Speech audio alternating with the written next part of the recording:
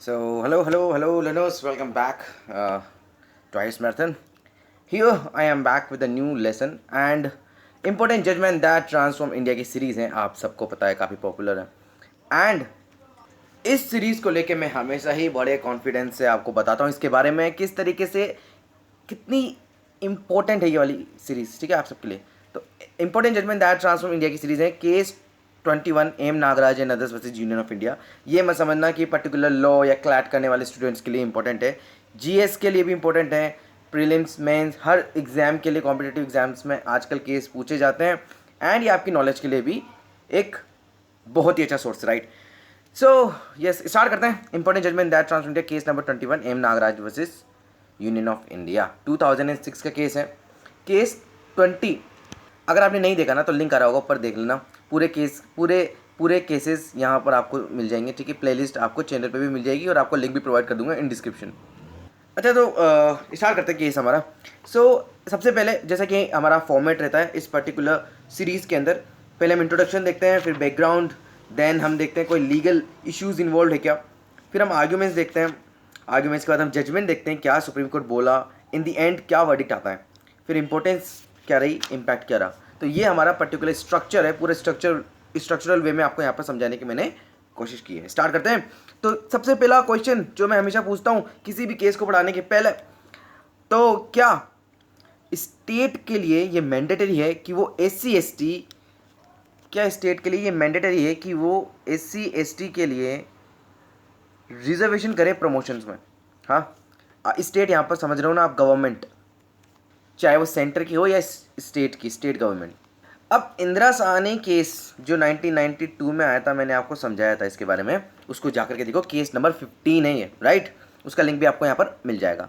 तो M Nagraj case में actually हुआ क्या, जो इंदिरा साहनी जजमेंट आए थे सुप्रीम कोर्ट का, उसको चैलेंज करने के लिए गवर्नमेंट ने, लेजिस्लेचर ने कुछ कॉन्स्टिट्यूशनल अमेंडमेंट किए थे. इंदिरा साहनी जजमेंट में क्या था, पहले तो आप उसको जाकर के पूरा समझ के आओ, उसके बाद आप एम नागराज केस देखना. इसके अंदर मैं आपको एक समरी देता हूँ बहुत छोटी सी. उसके अंदर सुप्रीम कोर्ट ने 50% की सीलिंग लिमिट लगा दी थी रिजर्वेशन पे, कि गवर्नमेंट किसी भी कंडीशन में 50% की सीलिंग लिमिट क्रॉस नहीं कर सकती रिजर्वेशन देने में. उसके अलावा कुछ कंपेलिंग रीजंस, राइट, कुछ कंपेलिंग रीजंस होने चाहिए प्रमोशन या फिर रिजर्वेशन देने के लिए, SC ST हो, OBC हो. सो ये मंडल केस भी हम इसको बोलते हैं. इंदिरा साहनी केस को बहुत ही अच्छे से समझाया मैंने, उसको एक बार जा करके समझना. डेफिनेटली ये वाला केस भी जो है, इसने भी इंदिरा साहनी जजमेंट को अपहेल्ड किया, उस केसेंस को अपहेल्ड किया. लेकिन इस वाले केस ने एक अलग चीज़ करी. वो क्या थी, इस वाले केस ने फ्लेक्सिबिलिटी प्रोवाइड कर दी स्टेट्स को SC ST के लिए रिजर्वेशन देने के लिए प्रमोशंस में. ठीक है, स्टेट्स के पास फ्लेक्सिबिलिटी है. अब वो किस तरीके से होगी, वो जब हम केस आगे पढ़ेंगे आपको समझ में आ जाएगा, राइट. तो सुप्रीम कोर्ट ने same in case Indira Sahni judgement में भी कहा था, उनको वापस रीइटरेट किया, और वो क्या था, वो ये था कि 50% की लिमिट जो है वो क्रॉस नहीं होनी चाहिए, सीलिंग लिमिट. उसके अलावा कुछ कंपेलिंग रीजंस थे, जैसे कि सर मैम क्रीमी लेयर का कॉन्सेप्ट था. उसके अलावा बैकवर्डनेस, इनएडिकेसी ऑफ रिप्रेजेंटेशन, एंड जो ओवरऑल एडमिनिस्ट्रेटिव एफिशिएंसी है. तो ये सब मैंने आपको समझाया हुआ है, राइट. ये बहुत ही बेसिक चीज़ें हैं. तो रिगार्डिंग द इशू हम कह सकते हैं कि एक्सटेंट ऑफ रिजर्वेशन कहाँ तक होना चाहिए, राइट.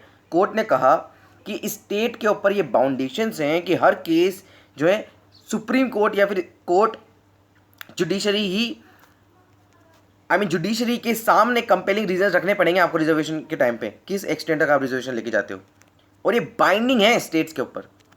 ठीक है. तो एम नागराज कौन थे? एम नागराज हमारे पिटिशनर थे definitely, and others are the petitioners, and union of India आपके रिस्पोंडेंट. अब बैकग्राउंड देखते हैं इंदिरा साहनी जजमेंट में क्या हुआ था. देखो ये बैकग्राउंड एक्चुअली ये सब जुड़े हुए हैं, केसेस वाले केसेस जो हैं जुड़े हुए हैं, और कुछ और इंपॉर्टेंट केसेस हैं जो कि हम आने वाले कुछ मिनट्स में देखने वाले हैं.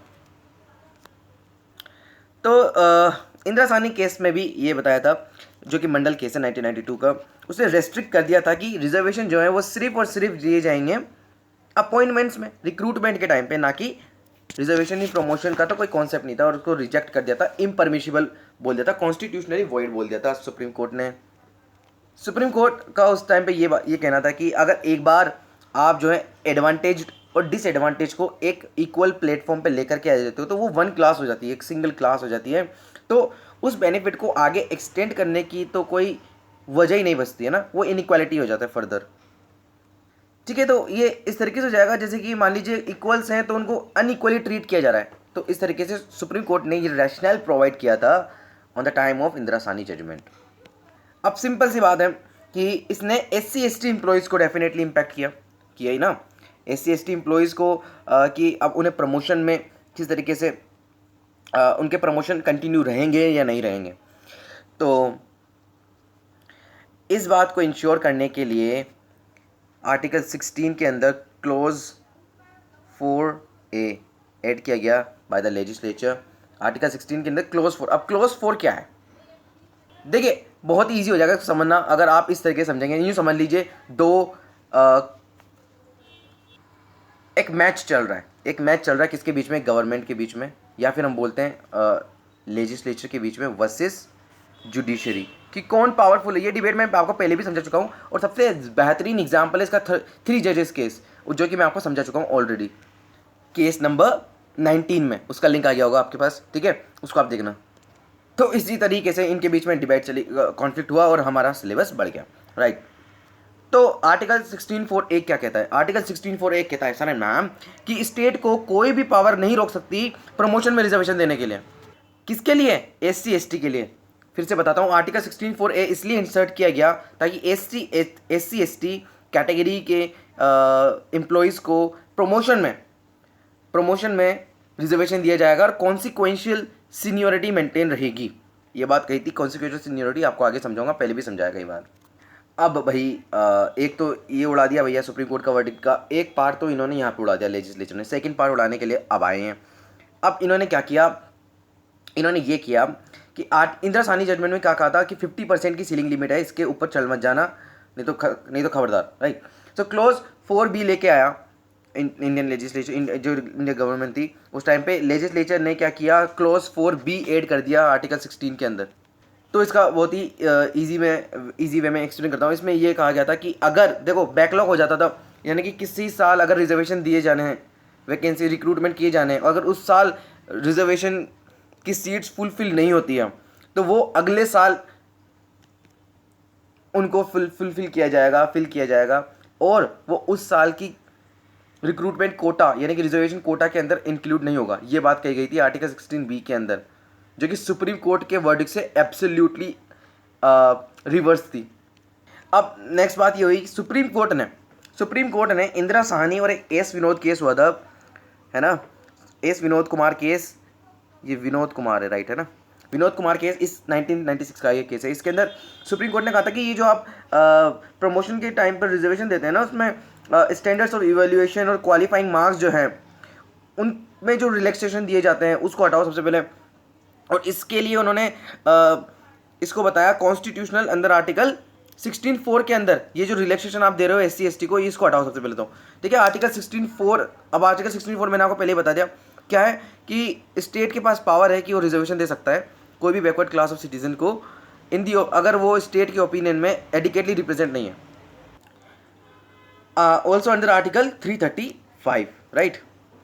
अब पहले लेजिस्लेचर ने गेम खेला, फिर जुडिशरी ने खेला, अब वापस से लेजिस्लेचर गेम खेलेगी। और वो क्या किया इन्होंने, देखो सिंपल सी बात है, अगर इन्होंने रिलैक्सेशन हटा दिया जुडिशरी ने, अभी हटाया आपके सामने आर्टिकल 335 के अंदर, तो सुप्रीम कोर्ट जो लेजिस्लेचर है वो एक अमेंडमेंट लेकर के आए, 82nd amendment, right, 82nd constitutional amendment act लेकर के आए, ताकि ये रिलैक्सेशन हटाए हैं ना सुप्रीम कोर्ट ने, जुडिशरी ने, उसको वापस रिस्टोर कर दे भैया, ठीक है। तो उन्होंने वापस से वही रिलैक्सेशन लेकर के आगे क्वालिफाइंग मार्क्स में, और स्टैंडर्ड्स ऑफ इवैल्यूएशन को लोअर कर दिया for the employ of SC ST in union और स्टेट दोनों में। अब एक और ज़बरदस्त किस्सा हुआ गाइस, ये सुनो, बहुत ज़बरदस्त है। सुप्रीम कोर्ट ने बेसिकली दो केस हुए थे, वीरपाल सिंह चौहान केस 1995 का, और एक अजीत सिंह जनुजा केस, ये 1996 का केस है। इसने इन केसेस ने एक्चुअली SC ST एम्प्लॉयज़ को बहुत अफेक्ट किया, क्योंकि उनके जो प्रमोशन में जो सीनियरिटी होती थी ना, वो नेक्स्ट हायर ग्रेड तक कैसे जाएगी, तो उस मैटर को लेकर के काफ़ी ज़्यादा अफेक्ट हुआ SC ST एम्प्लॉयज़ पे। तो अब इस चीज़ को वापस गवर्नमेंट ने क्या किया, एक नया अमेंडमेंट लेकर के आए 85th कॉन्स्टिट्यूशनल अमेंडमेंट एक्ट, ताकि जो कॉन्सिक्वेंशियल सीनियोरिटी का कॉन्सेप्ट है उसको वापस से लेकर के आया जा सके। कॉन्सिक्वेंशियल सिक्योरिटी प्रमोशन के टाइम पे ही सबसे ज़्यादा मैटर करती है, ठीक है, अंडर आर्टिकल 16(4)A। ये क्या है मैं आपको समझा चुका हूँ। अब केस कहाँ शुरू होता है वाले, ये ही यहीं से केस शुरू होता है। अब ये जो 85th कॉन्स्टिट्यूशन अमेंडमेंट एक्ट आया, इसी को चैलेंज किया पिटिशनर्स ने कि ये जो कॉन्स्टिट्यूशन अमेंडमेंट आप लेकर के आए हो, ये सुप्रीम कोर्ट के बहुत से ऐसे जजमेंट्स हैं, जैसे कि मैंने आपको अभी इतने सारे नाम लिए, वीरपाल सिंह केस, अजीत सिंह जनुजा केस, उसके पहले भी इंदिरा साहनी केस, राइट। तो इन सबको निगेट कर रहा है, इसलिए इसको चैलेंज किया गया और किया भी गया। अब हमारा अगला पार्ट आता है, वो है आर्ग्यूमेंट्स का। Arguments is the most important. Arguments में हम पता लगा सकते हैं कि केस में एक्चुअली हुआ क्या, राइट। पिटिशनर्स ने क्या कहा, पिटिशनर्स सबसे पहले कहते हैं कि जो आप 85th अमेंडमेंट लेकर के आए हो ना सर मैम, वो जो है वो सुप्रीम कोर्ट के सारे डिसीजंस को रिवर्स कर दे रहा है। कौन कौन से केसेस में, जैसे कि वीरपाल सिंह केस हुआ, right, Ajit Singh Januja, state of Punjab, Indira Sawhney, ये सब मैंने आपको अभी बता दिया, ठीक है। उसके अलावा उन्होंने आर्ग्यू किया। सेकेंड बात, डेफिनेटली ये कहते हैं कि ये वायलेशन है बेसिक स्ट्रक्चर का। क्यों? क्योंकि बेसिक स्ट्रक्चर में क्या है, आपके लिमिटेड अमेंडमेंट पावर है, राइट, और limited amendment power of the legislature which is also part of आपके बेसिक स्ट्रक्चर डॉक्ट्राइन। क्योंकि वो कहते हैं कि लेजिस्लेचर ने, गवर्नमेंट ने ये करके अपने आप ही को एपिलेट अथॉरिटी बना लिया, राइट, अपने आप ही को एपिलेट अथॉरिटी बना करके पार्लियामेंट ने जुडिशरी को अंडरमाइन किया है एंड अपनी जो लिमिटेड पावर ऑफ अमेंडमेंट है उससे काफ़ी ज़्यादा एक्सीड कर दिया। फिर उन्होंने कहा कि अंडर आर्टिकल 368 पार्लियामेंट के पास ये पावर नहीं है कि वो अपनी अमेंडमेंट पावर को, अमेंडिंग पावर को एक्सपेंड कर सकें, राइट, और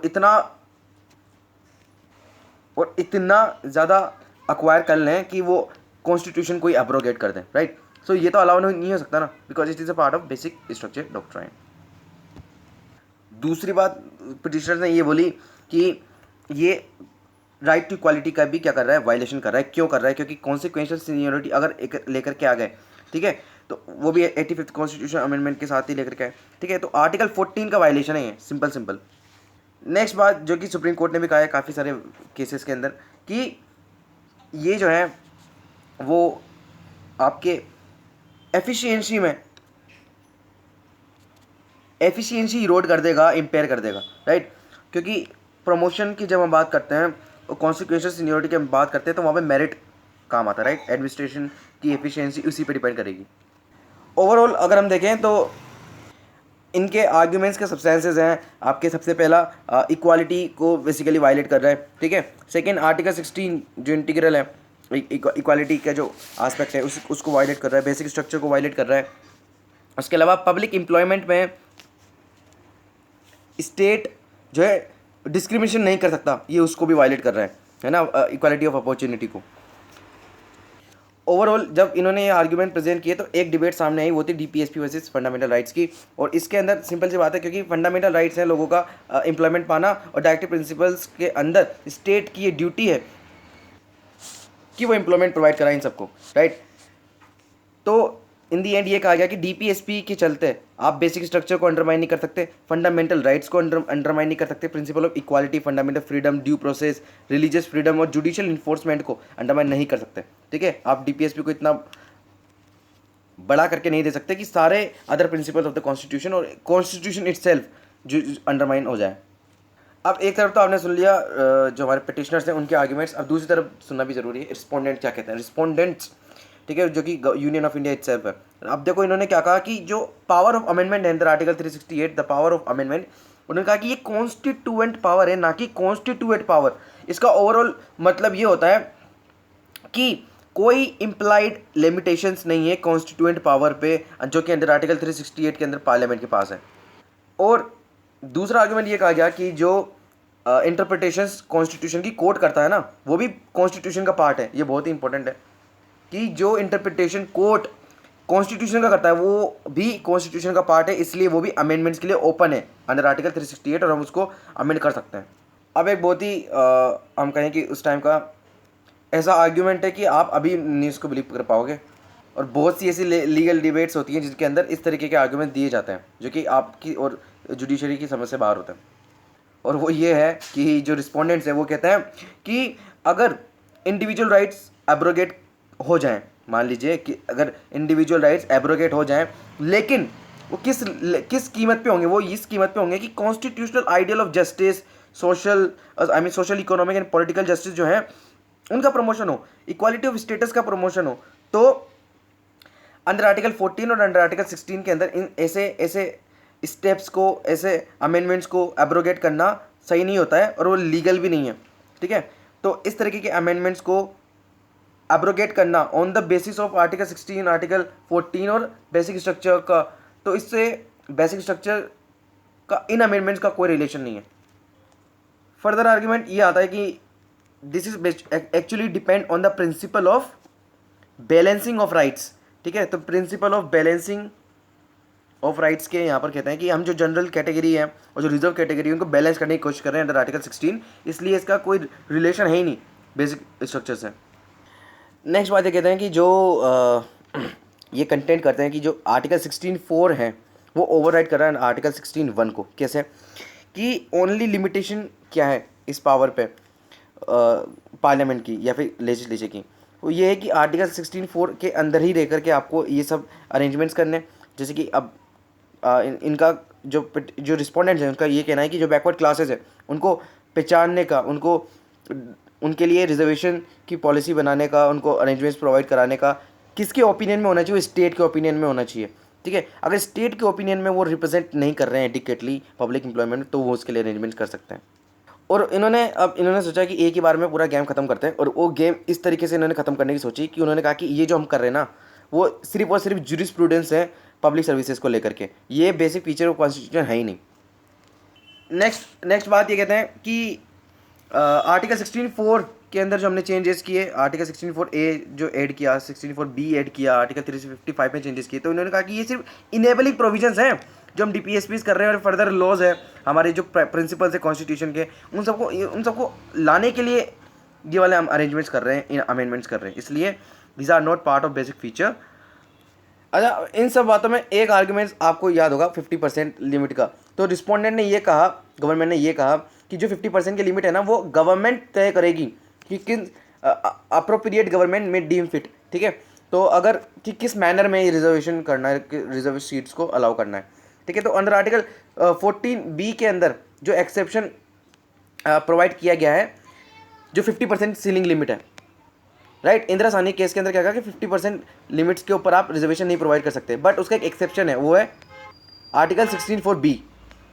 तो ये सब आर्ग्यूमेंट्स दिए गए रिस्पोंडेंट के द्वारा। उन्होंने कहा कि ये सब रीजंस हैं कि there is no infirmity in the constitutional amendment, तो इनको इनवैलिड करार देने का तो कोई सवाल उठता ही नहीं है। लेकिन होता क्या है आप सबको हमको पता है, और आपको अगर नहीं भी पता तो आगे मैं आपको बताने वाला हूँ, राइट। तो लीगल इश्यूज क्या क्या इंक्लूडेड है, मैंने आपको बताया 77, ये आपका बेसिकली इंदिरा साहनी केस के रिलेटेड है। फिर 81st amendment, 82nd amendment and 85th amendment 2001।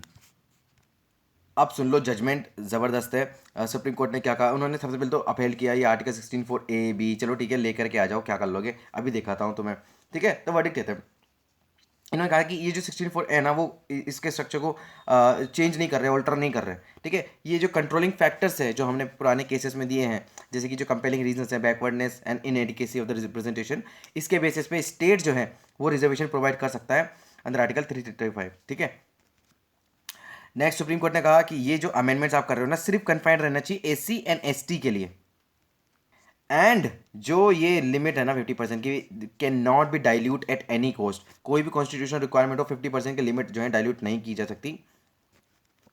And जो इंदिरा सोनी केस है उसको भी इसके अंदर रीइटरेट किया, उसके बारे में बताया कि किस तरीके से जो सब क्लासिफिकेशन OBC होना चाहिए, उस तरीके क्रीमी लेयर का जो कॉन्सेप्ट है ना उस तरीके से SC ST में भी वो वाला अरेंजमेंट किया जाए।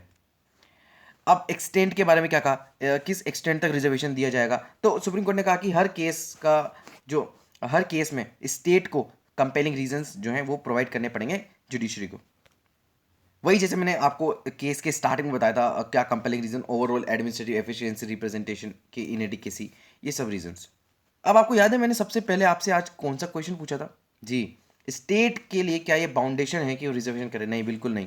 सुप्रीम कोर्ट ने क्लियर कर दिया कि SC ST को रिजर्वेशन देने के लिए प्रमोशन में स्टेट बाउंड नहीं है। अब वो चाहें तो पॉलिटिकल कैंपेन खेल सकते हैं इनके नाम पर, कुछ भी हो सकता है, स्टेट की पॉलिसी हो सकती है, अपने इन्होंने स्टेट्स की अपनी एडमिनिस्ट्रेशन के अंदर की जो पॉलिसीज होती हैं उसके अंदर ये डिसाइडेड फैक्टर भी हो सकता है, ठीक है। तो वो कहते हैं कि ये जो है डिस्क्रिशन है स्टेट का, वो देना चाहे तो दे सकते हैं, नहीं तो नहीं।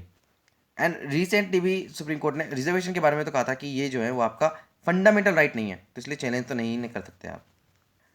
तो अगर डिस्क्रिशन का यूज़ करती हैं स्टेट्स, तो उनको क्वान्टिफिएबल डाटा देना पड़ेगा कि ये जो SC ST हैं वो बैकवर्ड है एक्चुअली, और कोई भी कैटेगरी जो है बैकवर्ड है, एंड रिप्रेजेंटेशन में भी इनएडिकेट है पब्लिक एम्प्लॉयमेंट में।